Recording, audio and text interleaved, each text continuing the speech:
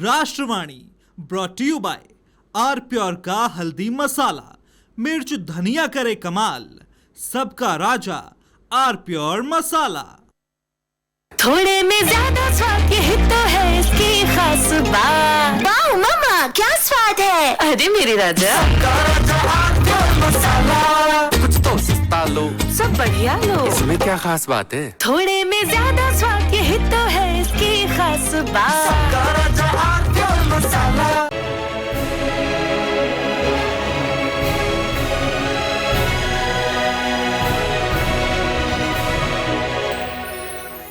मतलब रचनात्मक कांग्रेस में इतनी ज़्यादा रचनात्मकता राहुल जी के भीतर, देश स्तब्ध है। मेहमानों से परिचय करा दें, अनंत अमित हैं हमारे साथ, भारतीय जनता पार्टी के प्रवक्ता। अनंत अमित जी का स्वागत है। अशोक यादव जी हैं, समाजवादी पार्टी के प्रवक्ता, अशोक जी का स्वागत है। विवेक नारायण जी हैं, वरिष्ठ नेता कांग्रेस के, विवेक जी का स्वागत है। रोहित अग्रवाल आरएलडी के प्रवक्ता और डॉक्टर मोनिका सूद राजनीतिक विश्लेषक थोड़ी देर में जुड़ेंगे। अजब विवेक जी, गजब है राहुल जी भी, नहीं? मतलब जब लगता है कि कांग्रेस के शरीर में थोड़ा अब जुम्बिश हो रही, हलचल हो रही है, आईसीयू से जनरल वार्ड में आ जाएगी, फिर राहुल जी को ऐसा कौतुक कर देते हैं कि फिर वो जनरल वार्ड से वापस आईसीयू में पहुंच जाती कांग्रेस। नहीं, अमित शाह भाग गया, मैं सोने नहीं दूंगा, गले लग जा। ये रचनात्मकता है विवेक जी?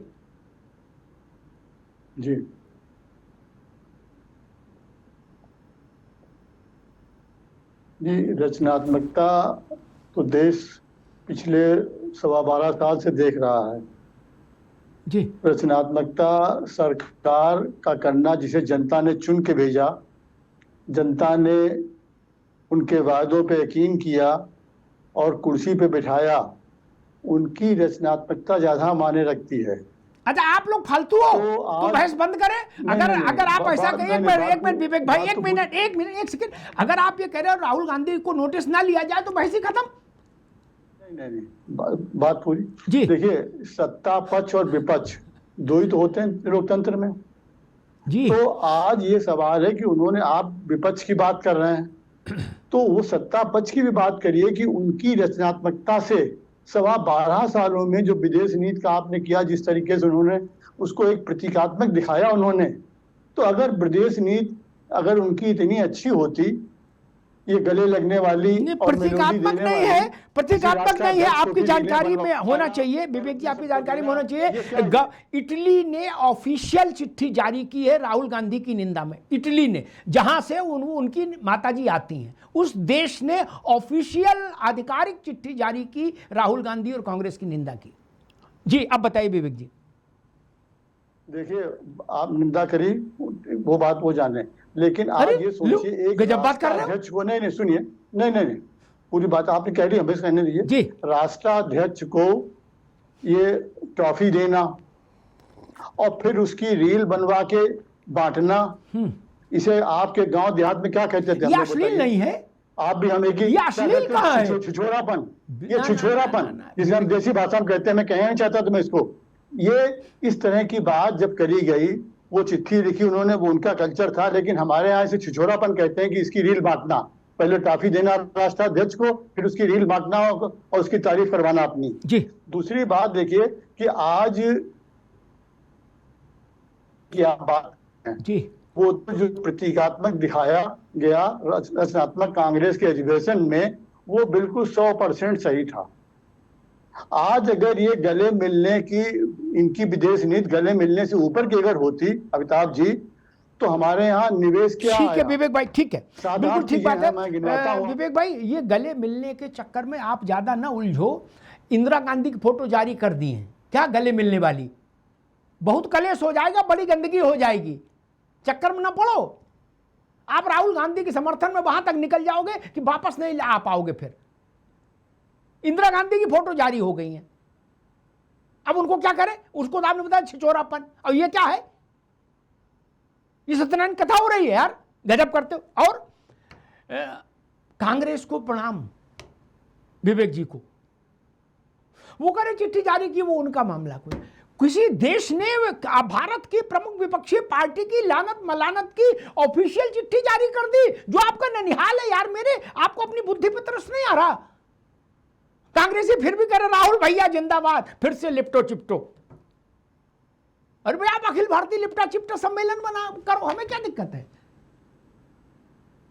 अशोक यादव जी, रचनात्मकता का जो कल मुजाहिरा हुआ उससे केवल देश नहीं हिला, दूसरे देश भी हिल गए। ये पहली बार हुआ। इटली के दूतावास को एक आधिकारिक पत्र जारी करना पड़ा राहुल गांधी और कांग्रेस की लानत मलानत में। भारत के नेता प्रतिपक्ष हैं भाई, सदन में कुछ गरिमा नहीं होनी चाहिए? किसने डाल दिया, कहां से डाल दिया, यह भाषा मंच पर? अरे कमरे में बोले यार, अमित शाह भाग गया, ये भाषा तो कहीं से शोभा नहीं पाती।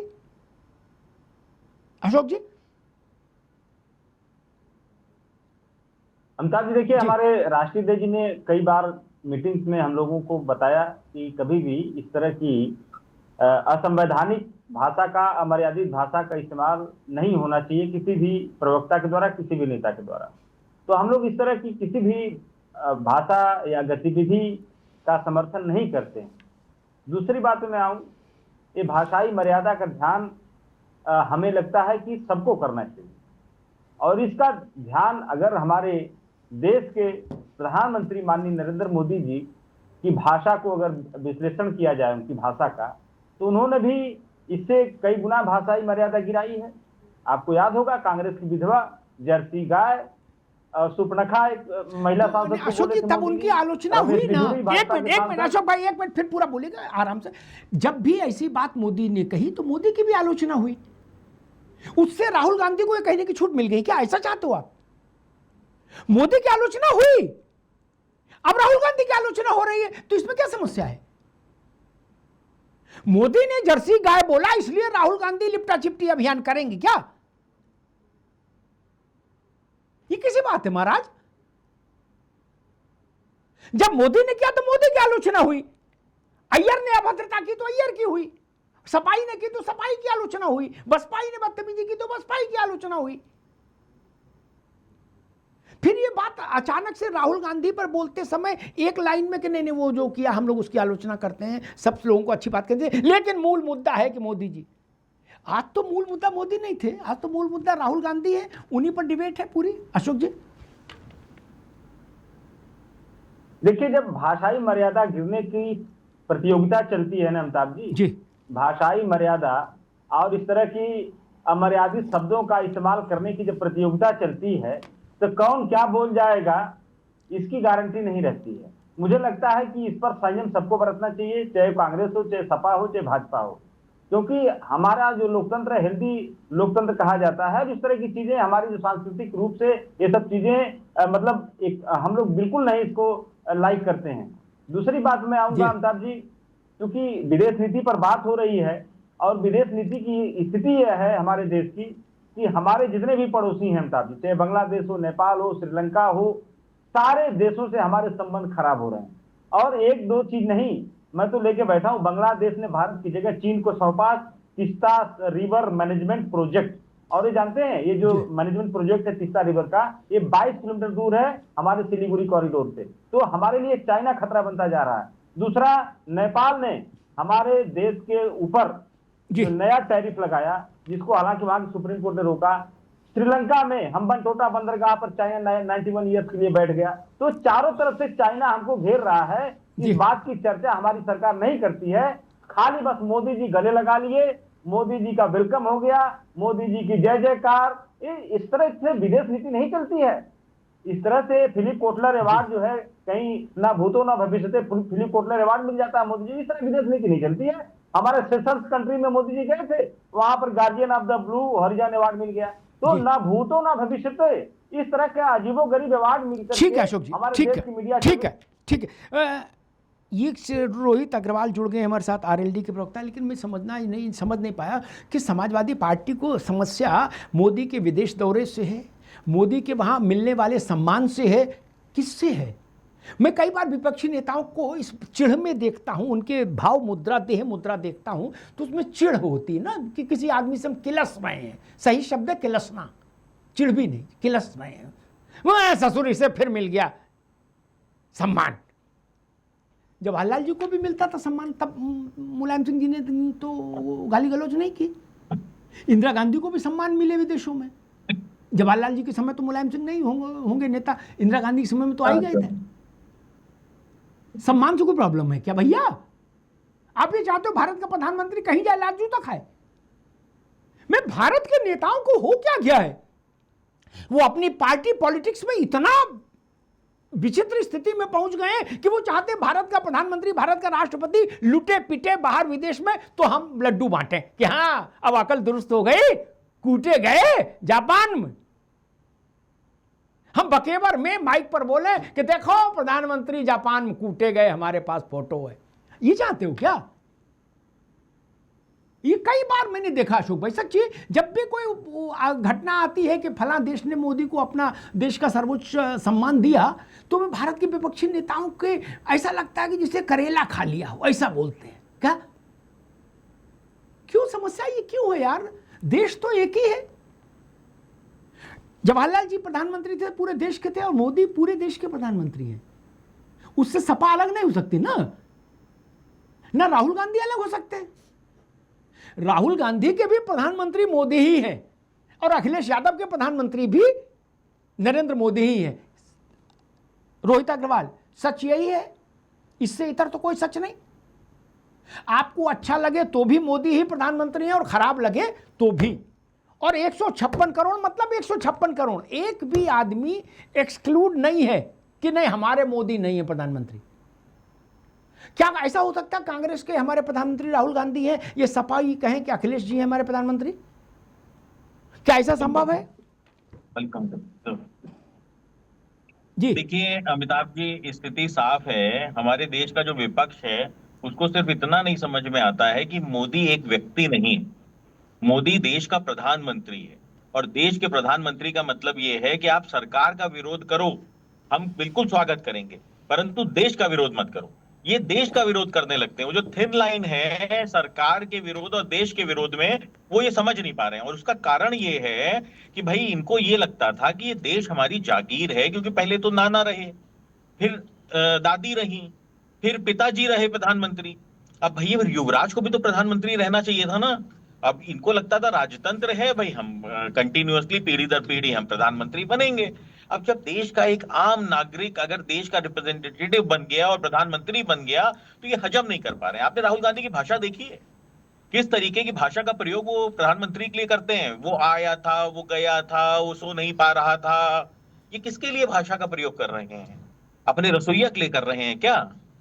जिनको आपने किस पद पे बैठाया था, सर्वोच्च पद पे, वो अमिताभ जी आप बता सकते हैं? मैं बताऊंगा तो विवाद हो जाएगा। तो मतलब क्या है, क्या ये आप क्या सच्चाई नहीं जान रहे हैं क्या कि देश के प्रधानमंत्री ने देश के गौरव को बढ़ाने का काम किया है? पहली बार ऐसा प्रधानमंत्री आया है जो देश में सबसे लंबे समय तक निर्वाचित प्रधानमंत्री रहा हो। ये आपको बड़ी तकलीफ हो रही है, आपको बड़ा दुख हो रहा है, क्योंकि समस्या ये है, आपको ऐसा लग रहा था कि ये तो देश हमारी जागीर है, हम जैसे चाहेंगे वैसे चलाएंगे। मैं एक बात और याद दिला दूं, क्योंकि आज का दिन है, बहुत अहम दिन है। आज विभाजन विभीषिका हम लोग याद कर रहे हैं। और वो जो दर्द था ना कांग्रेस द्वारा जो दिया गया है देश को, वो दर्द जब हम देखते हैं, सुनते हैं, जब हम समझते हैं उस दर्द को, तो रूह कहां बचाती है।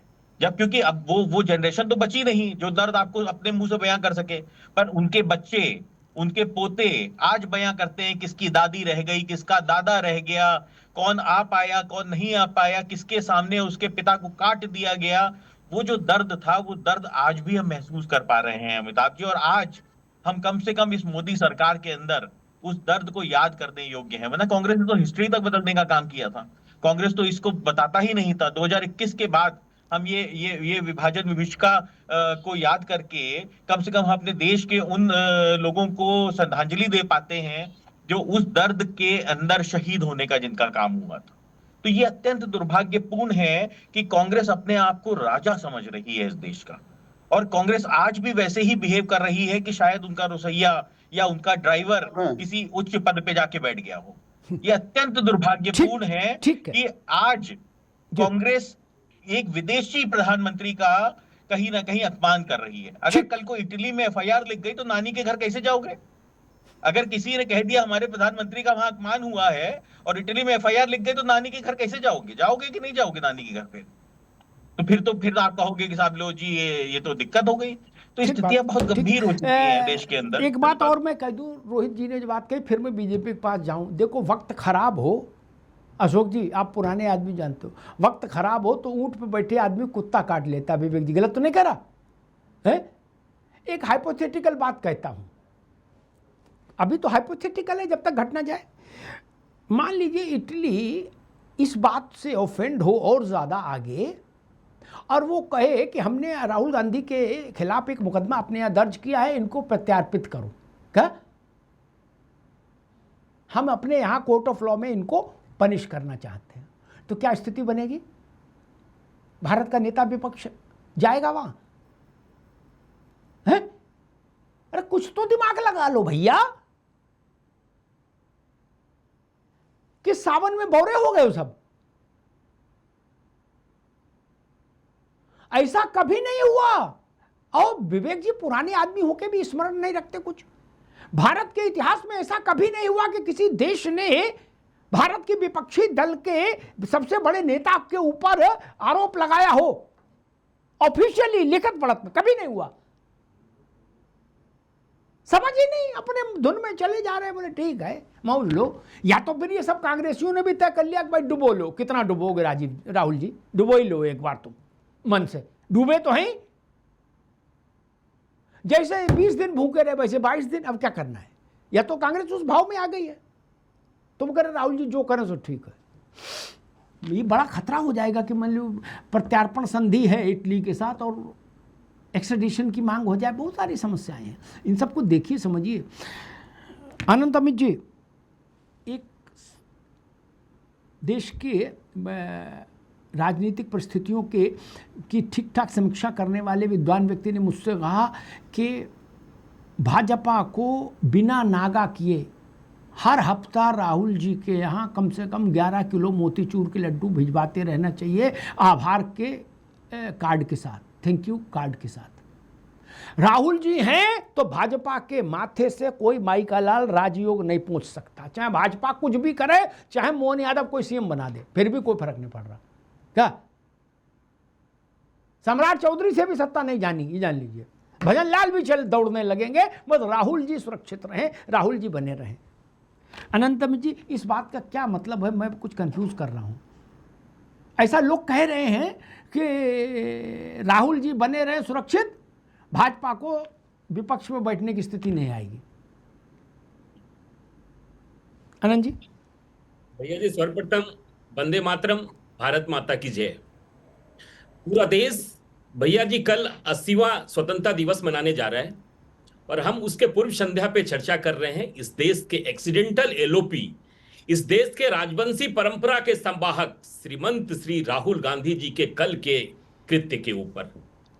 कल श्रीमंत राहुल गांधी जी ने जिस तरीके से रचनात्मक कांग्रेस के मंच पर जिस तरीके से स्टैंड अप कॉमेडी करने का प्रयास किया, और दो मम्मा बॉयज के तरफ से, और दोनों लोग जिस तरीके से कॉमेडी कर रहे थे और कॉमेडी में भी फेल हो गए वो दोनों लोग। और जिस तरीके से कल पूरे देश के लोगों ने देखा, 150 करोड़ की आबादी का देश है हमारा भारत, और इस देश में लोकतंत्री परंपरा को जिस तरीके से तार तार करने का कल प्रयास राहुल गांधी जी ने किया, देश की जनता कभी माफ नहीं करेगी। अपने लोकतंत्र में, अपने समाज में इस तरह की भाषा की कोई जगह नहीं। देखिए, कॉमेडी में फेल हो गया, उससे फर्क कोई नहीं पड़ता। 156 करोड़ लोगों के जी आपने सपनों से खिलवाड़ किया। आप देश चलाने में फेल हुए, वो तो कॉमेडी में फेल हुए, उससे फर्क नहीं पड़ता। राहुल गांधी जी को आप तो देश चलाने में छात्रों का क्या कर दिया आपने, किसानों को क्या कर दिया आपने, महिलाओं क्या कर दिया आपने, सैनिकों का क्या कर दिया आपने, बताइए। आप देश चलाने में फेल हो गए, कमेटी चलाने की आप बात कर रहे हैं। आप बताइए, आप देश बड़ा है, कमेटी बड़ी बताइए। राहुल गांधी जी को अपने दिमाग का इलाज भी करा लेना चाहिए। दलीलें देना बंद करिए। अरे अपनी बताइए, अपनी कि आप देश चलाने में नाकाम रहे, आज हम बेरोजगारी में कहाँ पहुंच गए, आज हमारा अर्थव्यवस्था कहाँ पहुंच गई, ये बताइए। आज जीडीपी कितने लोगों से चल रही है, बताइए। अच्छा अमित जी, आप ये बताइए, आज जीडीपी कितने लोगों से चल रही है, बताइए, ये बताइए आप। नहीं, जीडीपी कितने लोगों से चल रही है, मुट्ठी भर लोगों के हाथ में जीडीपी आ गई है। आम आदमी 5 किलो राशन पे आपने छोड़ दिया। ये देश चलाने में आप फेल रहे हैं, कॉमेडी को मत जोड़िए। ये आज असलियत बताइए कि आप देश चलाने में फेल रहे हैं, वो कॉमेडी करने में फेल हो गए, कोई बात नहीं है, लेकिन आप देश चलाने में फेल हो गए हैं, इसको स्वीकारिए अमित जी, ये स्वीकारना पड़ेगा।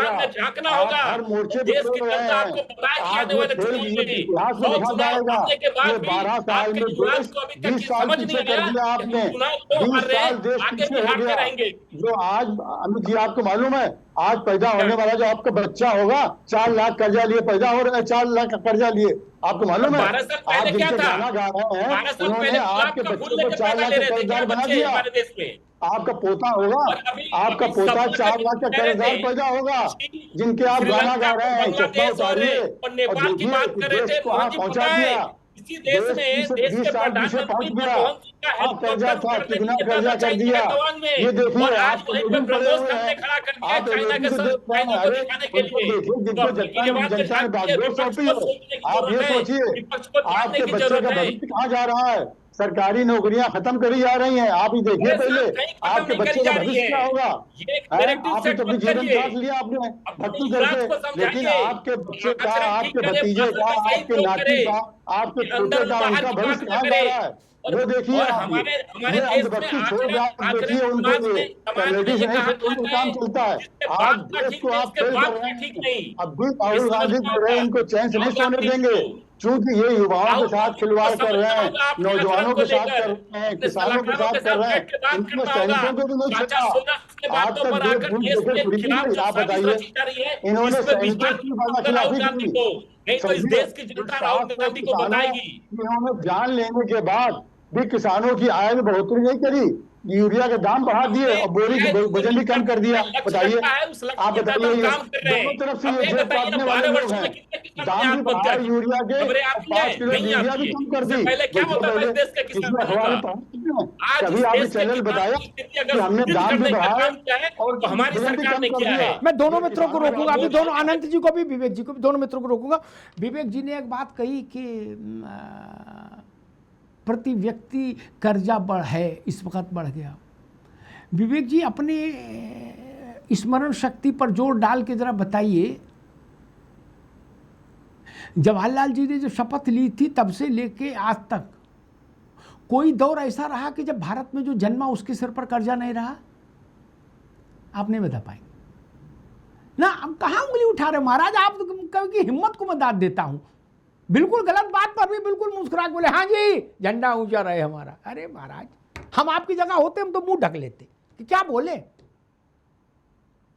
हमने 70 के दशक नहीं देखा भारत का कितना संपन्न था, हमने भी देखा ना महाराज। और एक चीज कह दूं, रुक जा भैया, विवेक जी रुक जाओ यार, एक चीज बता दूं, हालांकि उस विषय से आज का मतलब नहीं, लेकिन वो सबके लाभ का विषय है। अशोक जी, आप लोग भी कभी कांग्रेस के खिलाफ कभी भी खड़े हो सकते हो।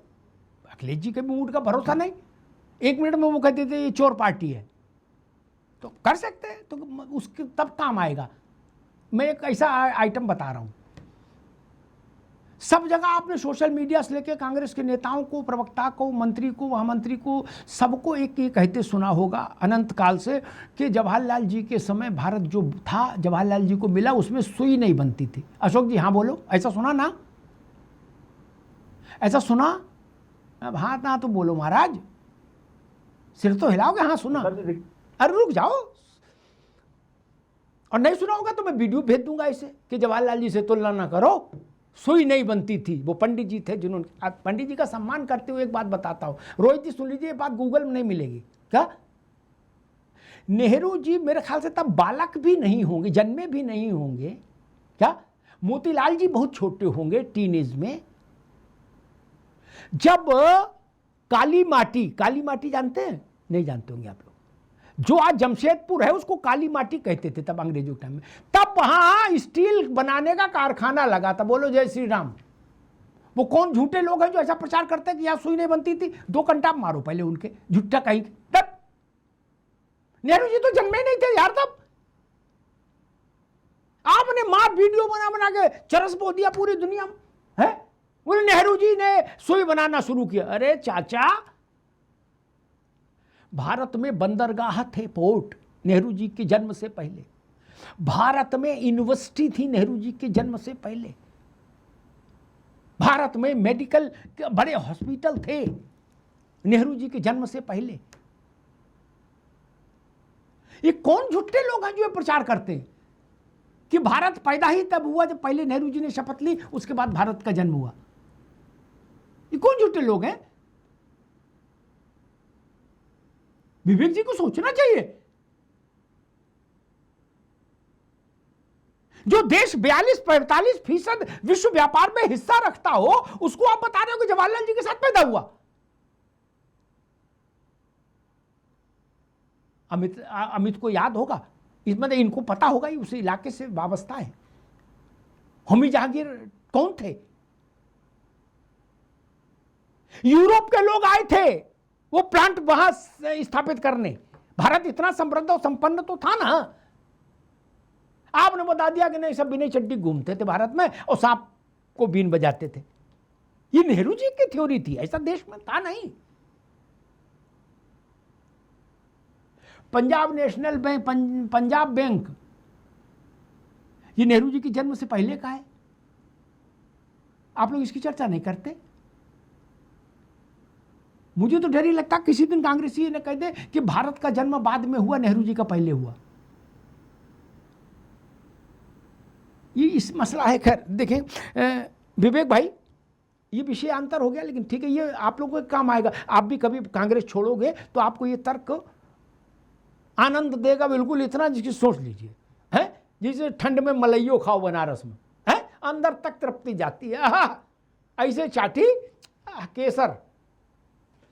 तो खैर विवेक, अच्छा सच्ची बताना, कभी आप लोगों को लगता है कि यार ये क्या करें, अब इनसे, राजा से कौन कहे कि क्या कर रहे हो बवाल? कभी ऐसी फीलिंग आती है आप लोगों के मन में कि यार ये कांग्रेस का सत्यानाश कर देंगे तभी मानेंगे? क्या है उन्हें, क्या तेरे मन में समाई दे? कभी ऐसा आप लोग सोचते हो अकेले में कि राहुल जी के मन में क्या समाया है, वो क्या करना चाहते हैं? विवेक जी, जो आप कह रहे हैं जी, तो मैं जो बात कह रहा हूं वो देश के आम जनमानस की बात कर रहा हूं। देखिए, आप बड़े लोग हैं, चैनल में बैठे हैं, आप बड़े आदमी, आपकी बात छोड़ दीजिए, आप कुछ भी कह सकते हैं। देखिए तो, लेकिन आज हम सरकार के बारे में सोचते हैं कि इन्होंने 12 सालों में देश को 20 साल पीछे कर दिया। जी, एलओपी देश पीछे नहीं कर सकता है। एलओपी कॉमेडी कह रहे हैं, चलो ठीक है, लेकिन आज प्रधानमंत्री जी की कॉमेडी ने क्या कर दिया? अगर आप मौका दें तो मैं गिना दूं उसको। कुल 8 हैं, कुल 8 चीजें मैं मुख्य गिनाऊंगा। समय आप कभी कीमती और सबका हमारे बुद्धिजीवी पर कभी कीमती है। बिल्कुल गिना दूं मैं, कहिए अगर आप कहें तो। नहीं बिल्कुल, आपकी बात कभी काटी है आप तक? कभी नहीं। नहीं, तो देखिए, अब आप देखिए उनकी कॉमेडी से क्या हुआ कि कितना हमें निवेश मिल गया। उन्होंने कीर्तिमान बनाया विदेश भ्रमण का, कितना हमें निवेश मिल गया। उल्टे निवेश, विदेशी निवेशक पैसा निकाल के भाग रहे हैं। करके आज गिना दो। देखिए अमिताभ जी, हम आपकी बात सुनेंगे, आप पूरी बात हमें पूरे 8 पॉइंट का लेने दीजिए, फिर आप बताइए। हम तो आपकी बात सुनते ही देखिए। और जब अमेरिका से हमारे नागरिक बेड़ी लगा के आए, ये हमारी विदेशी नीति थी, सोचिए आप पहले। और जब अभी हमारे प्रधान सेवक जी गए द्वारा ट्रंप के चुनने के बाद, तो उनकी अगवानी कैसे करी गई, ये भी हमारी विदेश नीति की बात है। सीज फायर की घोषणा अमेरिका राष्ट्रपति कर रहा है, ये भी हमारी विदेश नीति थी। पाकिस्तान को इसी ऑपरेशन सिंदूर के बाद क्या उपाध्यक्ष किसका बनाया गया? आपको संस्था का नाम मालूम होगा, आतंक विरोधी जो है उसके उपाध्यक्ष बना दिया गया पाकिस्तान को। बताइए, ये विदेश नीति आपकी थी। इजराइल को आप कहते हो फादरलैंड, क्या इससे बड़ा अपमान कोई होगा भारत माता का? इजराइल को आप फादरलैंड कहते हैं, वो भी प्रधान सेवक कह रहा है। इससे बड़ी बेइज्जती भारत माता की क्या होगी? ठीक हो गया, क्या जाने ये भैया। सोचिए। दूसरा एक देखिए, एक बार बता जी, दो पॉइंट और रह गए। सेशेल्स, जहां भी प्रधानमंत्री 3 दिन रह के आए, आपको मालूम है कितना बड़ा है सेशेल्स, और उस सेशेल्स ने आपका करार तोड़ दिया, आपको मालूम होगा। अब मैं सन नहीं तफसील जाऊंगा, जरा सा देश है, उसने करार तोड़ दिया। नेपाल भूटान की जो भी चर्चा हो चुकी कि हमें कैसे आंखें दिखाना है, और चाइना ने हमारी कितनी जमीन कब्जा कर ली है। तो ये हमारी आज विदेश नीति की कामयाबी का नतीजा ये है। ठीक है, ठीक है। अब इससे बताइए कोई इनकार कर सकता है? ठीक है विवेक जी, ठीक है, ठीक है, या ठीक है विवेक जी, आप रुक जाइए, आप रुक जाइए। देखिए, आप थोड़ा हम पर भी कृपा करो। अशोक जी, एक बच्चा कह रहा है कि जिसने टॉप किया वो मूर्ख है, मैं फेल हुआ, मैं काबिल हूं, तो उसकी कोई नहीं मानेगा, उसके तो कंटाप लगेगा ही। ठीक, जब ये सब गलत किए तो इनकी तो जमानत जब्त हो जानी चाहिए थी भाजपा वालों की। मैं समझना चाह रहा, 16 साल गुजरात में और 11 साल यहाँ 12 साल, और चुनाव से ऐसा नहीं कि कट्टा मेज पे रख दिया, बोला कौन है माइकल लाल, अब नहीं हटूंगा, ऐसा तो है नहीं भारत में। चुनाव से ही आना है, चुनाव से ही जाना है। इंदिरा गांधी तक को चुनाव के बाद हारी तो चुपचाप छोड़नी पड़ी कुर्सी, बाकी की तो छोड़ ही दो। मुलायम सिंह हारे तो ऐसा तो हुआ नहीं कि ना नहीं आ जाओ गुड्डू राइफल ले लो, आप नहीं छोड़ेंगे मुख्यमंत्री को, ऐसा तो हुआ नहीं। हारे तो छोड़े, भारत का व्यवस्था है। तब मैं समझना चाह रहा हूं कि जब ये सब गड़बड़ किए विवेक जी के मुताबिक, क्या बर्बाद हो गया देश, तो ये लोग हार क्यों नहीं गए? इनकी जमानतें जब्त क्यों नहीं हो गई? विधानसभाओं में, लोकसभा में ये पहले 2 जैसी स्थिति में क्यों नहीं पहुंच गए? और आप लोग सब अच्छा कर रहे हो कांग्रेस वाले, तो वो नैनो पार्टिकल्स में तब्दील हुई जा रही है। अशोक जी, देखिए अमिताभ जी, एक कहानी हम लोग बचपन में पढ़े थे रंगे सियार की, और वो सियार जो है एक धोबी के नाद में गिर गया, नील वाला नाद था उसमें गिर गया। उसके बाद उसका कलर नीला हो गया, वो जंगल में गया, सारे जानवरों से कहने लगा कि मैं दैवीय अवतार हूँ, मैं देवदूत हूँ, और मैं राजा हूँ, स्वघोषित राजा बन गया। उसका प्रभाव कुछ दिन तक चला उस रंगे सियार का, लेकिन एक दिन ऐसा हुआ कि सारे सियार हुआ हुआ कर रहे थे, ये देखा इधर कोई नहीं था, ये भी हुआ हुआ करने लगा। सारे जानवर समझ गए कि ये तो रंगा सियार झूठे देवदूत बना घूम रहा है। वही स्थिति है आज इस देश में। देखिए, भ्रम और झूठ के पांव बहुत लंबे नहीं हो सकते। आपने अभी तमाम पीछे की अशोक जी, एक मिनट, 26 साल में कितने चुनाव हो गए, जरा जोड़ लीजिए। कैसा भी रंग हो वो उतर जाएगा, कैसी बात कर रहे हो आप महाराज? कैसा भी रंग हो, हर साल में चौमासा आता है। क्या सियार हो, क्या सियार के चाचा? आप ऐसा क्यों नहीं कर पाए भाई? अखिलेश यादव में क्या कमी थी, वो क्यों नहीं ऐसा कर पाए? उनकी सीटें आई 47, आई ना? सरकार में रहते हुए चुनाव में गए, सीटें आई 47। कांग्रेस के उत्तर प्रदेश में वोट बचा 2%। आप लोग क्यों नहीं कर लिए? मुलायम सिंह 15 साल क्यों नहीं शासन कर लिए? 26 साल क्यों नहीं कर लिए? क्या उनको समझ नहीं थी? अशोक जी, अगर इतना ही सरल है तो मुलायम सिंह जी को ऐसा कर लेना चाहिए था, मायावती जी को ऐसा कर लेना चाहिए था, राहुल गांधी को ऐसा कर लेना चाहिए था। अशोक जी, मैं बोलूं, देखिए जी, हर व्यक्ति के पास क्षमता नहीं होती है।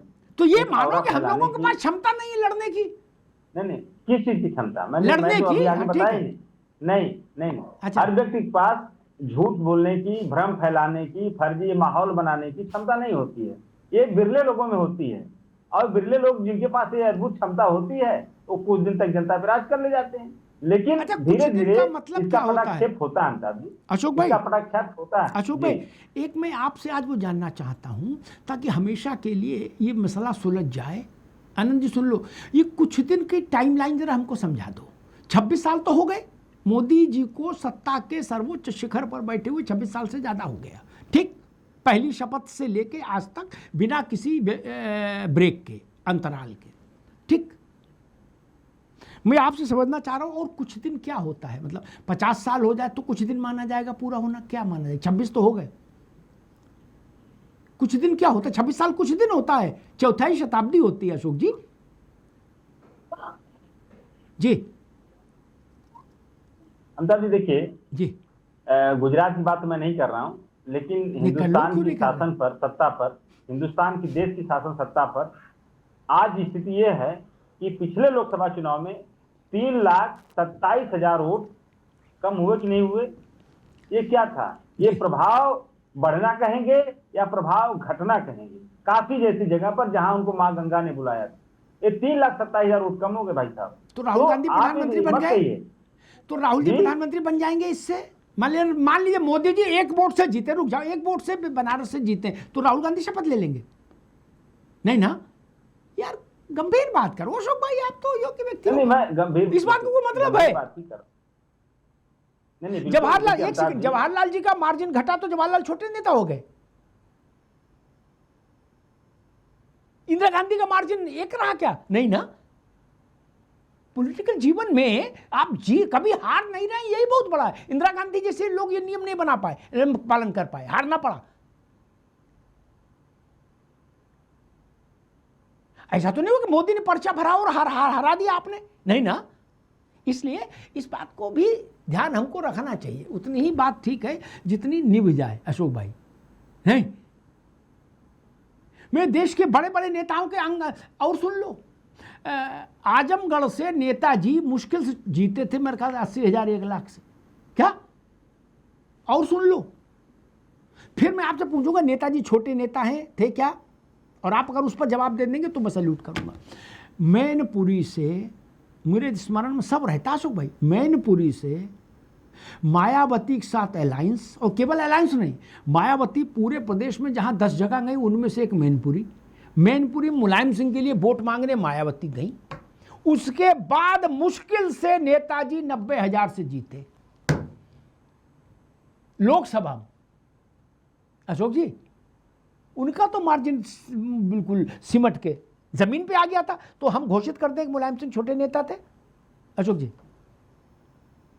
देखिए अमिताभ जी, अभी आपने देखा होगा 2014 और आज की स्थिति, 11-12 साल हुआ, जिस स्थिति में सरकार, जिस औरा, जिस ठसक, जिस आत्मविश्वास के साथ सरकार चल रही थी, कहीं न कहीं उस आत्मविश्वास, उस ठसक, उस घमंड में ड्रेस्टिक रूप से गिरावट आई है। आप जंतर मंतर के आंदोलन पे क्या कर रहे थे लोग?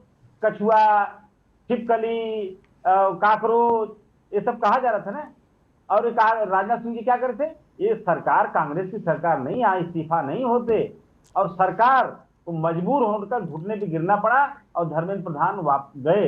और आज जो देश का जेनजी है, जिसकी संख्या 36 से 40 करोड़ के लगभग है, वह जेनजी क्या कह रहा है मोदी जी के लिए, क्या कह रहा है मोदी सरकार के लिए? ये इस थर्मामीटर को कोई नहीं फील कर पा रहा है। आप तो सीनियर जर्नलिस्ट हैं, इस थर्मामीटर को आपको फील करना चाहिए। इस देश का जेनजी, जेन अल्फा मोदी जी के लिए, उनकी सरकार के लिए क्या फील कर रहा है, क्या एक्सप्रेशन दे रहा है, इस बात से अगर भाजपा को फर्क नहीं पड़ रहा है, ठीक है, अभी रुकना होगा। मुश्किल यही है, हमारे यहाँ सब अपने अपने रंग का चश्मा लगाते हैं। मोतियाबिंद हो जाए लेकिन चश्मा नहीं बदलेंगे। झारखंड में भी जेन जी आंदोलन कर रहा है, वो तो मोदी की तारीफ कर रहा है, वो तो हेमंत सोरेन को गाली दे रहा है, कांग्रेसियों को गाली दे रहा है, कह रहा कहाँ है राहुल गांधी। जब पंजाब में जैन जी अरविंद केजरीवाल की इस्तेसी कर रहा है, गाली गलौज कर रहा है उनसे। 5 का सिक्का 10 का नोट, वहां नारा लग रहा है पंजाब में। नीम का पत्ता कड़वा है, वहां नारा लग रहा है पंजाब में। अब उसका क्या करोगे? उसका हिसाब नहीं रखोगे अशोक भैया? उसका भी तो हिसाब रखना पड़ेगा। जैन जी की तलवार लेके खुश ना हो, वो कांग्रेस को खुश रहने दो, आप खुश ना हो भैया। वो दुधारी तलवार है, साबुत कोई नहीं बचेगा, ये जान लो। इसलिए खुश नहीं हो कि ये अनंत अमित फंस गए, ना जी ना। नारे वही हैं, नाम बदलना गालियों में। क्या क्या करोगे? झारखंड में 20-22 दिन से तो बच्चे धुआंधार आप ही लोगों को गाली दे रहे हैं कि भाई आप ही लोगों ने हमको मरवा दिया। और राहुल गांधी यहां रचनात्मकता कर रहे, झारखंड में हुआते तो कुछ चेहरा उज्जवल होता। बोले मैंने टेलीफोन कर दिया हेमंत सोरेन को। गजब बात है यार। खैर अनंत अमित, विषय वही है कि ऐसी रचनात्मकता जिससे एक दूसरा स्वतंत्र राष्ट्र जो हमारा मित्र राष्ट्र भी है वो आधिकारिक तौर पर आपत्ति जता दे कि भाई आपके यहाँ की लोकल पॉलिटिक्स में आप हमारे देश की निर्वाचित प्रधानमंत्री को क्यों अपमानित कर रहे हैं। इससे ज़्यादा और शर्मनाक क्या हो सकता है? ये लड़ाई भाजपा कांग्रेस की इंटरनल लड़ाई है ना, ये भारत की लड़ाई तो नहीं ना इटली से। फिर ये प्रपंच क्यों? निश्चित तौर पे दुनिया में जहां पे माननीय मोदी जी विगत 12 वर्षों में अपने देश का नाम जिस तरीके से आगे बढ़ा, दुनिया में भारत का डंका बज रहा है। लेकिन कल जिस तरीके से किसी दूसरे राष्ट्र के नेता के लिए जो शब्दों का प्रयोग किया गया मंच पे, सार्वजनिक मंच पे, इसकी कितनी भी भर्त्सना की जाए भैया जी बहुत कम है। और देश के लोग भी इस बात को समझ रहे हैं। अभी सपा और कांग्रेस के मित्र कह रहे थे, कांग्रेस के मित्र भैया जी 8 पॉइंट बता नहीं पाए कि इन्होंने, हमारी सरकार ने क्या 8 नहीं बता पाए। लेकिन मैं इनको 1 पॉइंट बता के ये बता सकता हूं कि विगत 12 वर्षों में हमारी सरकार ने और माननीय मोदी जी के नेतृत्व में देश ने किस तरीके से आगे बढ़े। 14 में हम सरकार में आते हैं भैया जी, उस समय भारत की अर्थव्यवस्था जो थी 2 ट्रिलियन की थी, आज 3.9 ट्रिलियन की व्यवस्था है, लगभग 4 ट्रिलियन के आसपास है। और अर्थव्यवस्था में 10 में से 11वें नंबर पर थे, आज हम चौथे से तीसरे नंबर पे आने की स्थिति में है कि नहीं आप? यस हाँ नहीं बताइए। विदेशी देश की तरक्की का पैमाना 8 करोड़ सेक्टर होते हैं अमित जी। अमित जी थोड़ा ये छोड़िए, थोड़ा अध्ययन करके बताइए, पूछ के बताइएगा आपने ऊपर सबसे कि आज देश के जो 8 करोड़ सेक्टर होते हैं जो देश की तरक्की का पैमाना माने जाते हैं पूरी दुनिया में, आज वो करोड़ सेक्टर जी ये गुणगान बंद करिए, ये गुणगान से नहीं काम होने वाला है। देखिए आप पहले 8 करोड़ सेक्टर कहाँ जा रहे हैं, आप ये नहीं देख रहे हैं। आज आपने झांसे वाला काम किया, यूपीआई तो आपने कहा धोबी को 2 पैसे, चाय वाले को पैसे दो, आज इसीलिए करवाया आपने, अब उस पर टैक्स लगा दिया। ये सब झांसे वाले काम आप करने वाले लोग हैं। आप कहते हैं 12 सालों में आपने 120 झांसे दिए जनता को, 120 झांसे। चलिए गिनवाऊं आपको, आप नंबर भेजिए। ठीक है मैं रोकूंगा दोनों। अब तो अंताक्षरी होने लगती भाई, ये जवाबी कीर्तन नहीं है। कांग्रेस होमवर्क भी नहीं करती, होमवर्क से भी इनका मन नहीं लगता। यह जानबूझ के भाई ऐसा बोलते हैं, झूठ। यूपीआई पर सामान्य जनता के लिए कोई टैक्स नहीं है। विवेक जी लिख लीजिए मेरी बात, ये फर्जीफिकेशन ना करिए, ना ना ना ना, ये कतई मत करिए, ये ठीक नहीं। इसीलिए लोग आपको वोट नहीं देते, क्योंकि आप जो बात बोलते हो वो जमीन पे दिखती नहीं, वो जान जाते हैं झूठ बोल रहे हो। नहीं, मैं सोच रहा था आपको वोट क्यों नहीं मिल रहा, इसीलिए नहीं मिल रहा। फिर आप बता दोगे स्कूल गिर गया, जनता जाके देखती स्कूल चल रहा है, तो आपको वोट कैसे दे देगी? आप बता दोगे कि फलानी जगह बम विस्फोट हो गया, वहां देख रहे हैं कि सब शांतिपूर्ण व्यवस्था है। कन्नौज में यूपीआई पे टैक्स लग रहा है क्या? फिर ऐसा प्रचार क्यों कर रहे हो यार? आप लोग भी गजबे हो। कौन आप लोगों को ब्रीफिंग देता है? गड़बड़ सड़बड़ यार, बात तो सच्ची बोलो। हाँ गजब कर रहे हो। खैर चलो ठीक है, मैं 2 बातें कहूंगा। आपकी लड़ाई भारतीय जनता पार्टी से है, लड़िए, भारतीय जनता पार्टी आपसे लड़ेगी, अपना कौशल दिखाइए। लेकिन भारत तब भी था जब कांग्रेस नहीं थी, और भारत तब भी रहेगा जब कांग्रेस भाजपा दोनों नहीं रहेंगे। भारत पर लांछन मत लगाइए। विवेक नारायण ऐसा बोलते मुझे दिक्कत नहीं थी। आप संवैधानिक पद पे हो मेरे भाई, आप भारत के नेता प्रतिपक्ष हो लोकसभा में, आप मौज ले रहे हो ऐसा खड़े होके। लग रहा नौचंदी के मेले में रामलीला चल रही है। क्या कर रहे हो यार? कुछ तो गंभीरता दिखाओ। भारत में बहुत गंभीर और बहुत तेजस्वी लोग नेता प्रतिपक्ष रहे हैं। राहुल जी उस परंपरा को नहीं निभा पा रहे।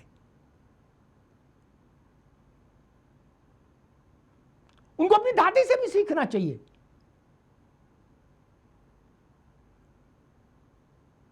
इंदिरा गांधी ने कभी इस ढंग की चुटकुलेबाजी नहीं की, अच्छे बुरे फैसले लिए लेकिन चुटकुलेबाजी नहीं की, और वो भी रचनात्मकता के नाम पर बोले ये क्रिएटिविटी है। कर शाह भाग गया, ये नहीं कह दिया अमित भाग गया। अरे भाई आपसे तो उम्र में भी बड़े हैं दादा, और पद में भी बड़े हैं, कुछ तो लिहाज रखो। वो भारत के गृह मंत्री हैं। आपको भी जो सिक्योरिटी हासिल है वो उसी सरकार के दस्तखत से हासिल है। आप अपने दस्तखत खुद ही कर लेते हो क्या? नहीं ना। क्या राहुल गांधी जी अपनी सिक्योरिटी अपने आप अपग्रेड कर लेंगे दस्तखत करके? नहीं ना। उनकी फाइल भी अमित शाह के पास जाएगी और गई होगी। एक बात बताऊंगा, जो लोग बहुत चिढ़ते हैं उनके लिए मैं अल्टीमेट उदाहरण दे रहा हूं, बात खत्म कर दूंगा। एक जो थे गिलानी, उनका नाम भूल रहा हूँ, लंबे से थे, 6.5 फुट के, दो बिल्कुल ऐसी दाढ़ी, तो वो हुर्रियत कॉन्फ्रेंस के चेयरमैन थे। उनके निकट के लोगों से मेरा परिचय था पत्रकार के नाते। वो दिल्ली आए अमित, तो ऐवान गालिब एक जगह दिल्ली में, एक हॉल है पुरानी दिल्ली, वहाँ उनके एक वो रखी गई मजलिस टाइप की। तो लोगों ने कहा कि वो बिल्कुल कोर कमेटी के लोगों को ही संबोधित करेंगे, मुसलमान ही होंगे उसमें। मैंने कहा मुझे जाना। बोले आप कैसे जा पाओगे, आप मुसलमान भी नहीं हो, कोर कमेटी में भी नहीं हो, आपको चेहरा मोहरा भी थोड़ा वैसा नहीं लग रहा कुछ। मैंने कहा यार पजामा पहन लूँगा, तुम ही दे दो अपना, ऊंचा वाला पहन लूँगा, चप्पल पहन लूँगा, कुर्ता, जाऊँगा जरूर। बैठ के छुप के पहुँचा वहाँ। जो हुआ विवेक जी बताएं, वो भाषण दे रहे थे मौलाना, और उनका असर बड़ा था। एक बार मुशर्रफ जब यहाँ आए थे, तो जब वो पाक हाई कमीशन मिलने गए मुशर्रफ से ईरानी, तो मुशर्रफ के दोनों गाल उन्होंने ऐसे चूमे और माथा चूमा और कहा मेरा बच्चा। क्या सोच लीजिए कितना पाकिस्तान में के उसकी उनका कद था।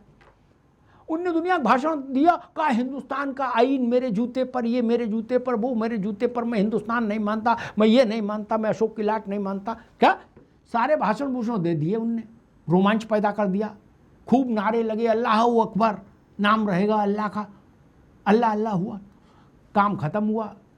उसके बाद वो निकले, तो गाड़ी में बैठे 2 गनर उनके साथ, दिल्ली सरकार के, मतलब भारत सरकार के, और 2 गाड़ियां, एक पीछे एक आगे पुलिस की।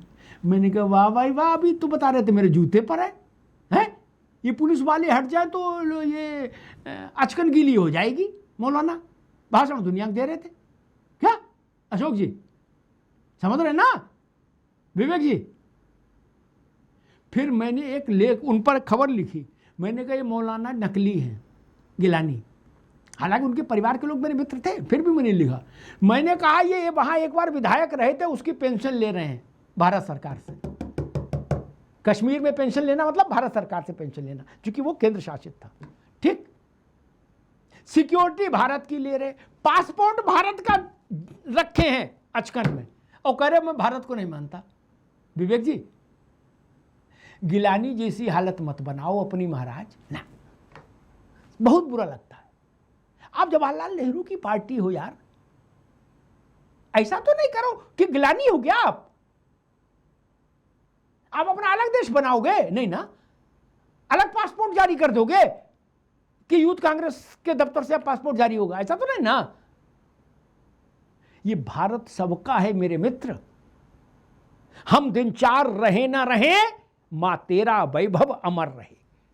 कल 15 अगस्त है, मैं सबसे ही कहूंगा, चुनाव आएंगे जाएंगे, जय पराजय लगी रहेगी, पार्टियां बनेंगी बिगड़ेंगी, नेता जन्मेंगे, मृत्यु को प्राप्त होंगे, लेकिन भारत माता का यश अक्षुण्ण रहना चाहिए। ऐसा कोई काम हमसे स्वप्न में भी नहीं होना चाहिए जिससे भारत माता की छवि कलंकित हो, जिससे भारत पर प्रश्न उठे। चुनाव छोटी चीज है विवेक जी, सरकारें छोटी चीज है। 5000 वर्ष की अविच्छिन्न परंपरा है भारत की, उसमें ये सरकार और चुनाव कितने साल के? 52 से चुनाव शुरू हुआ, उससे पहले तो कोई चुनाव नाम की बीमारी थी नहीं। कितने साल हो गए? 80 साल तो आजादी को हुए कुल, और भारत कितना है? 5000 साल से ज्यादा का। इसलिए उसकी लाज रखिए, क्योंकि भारत माता सबकी है और हम सब भारत माता के। धन्यवाद।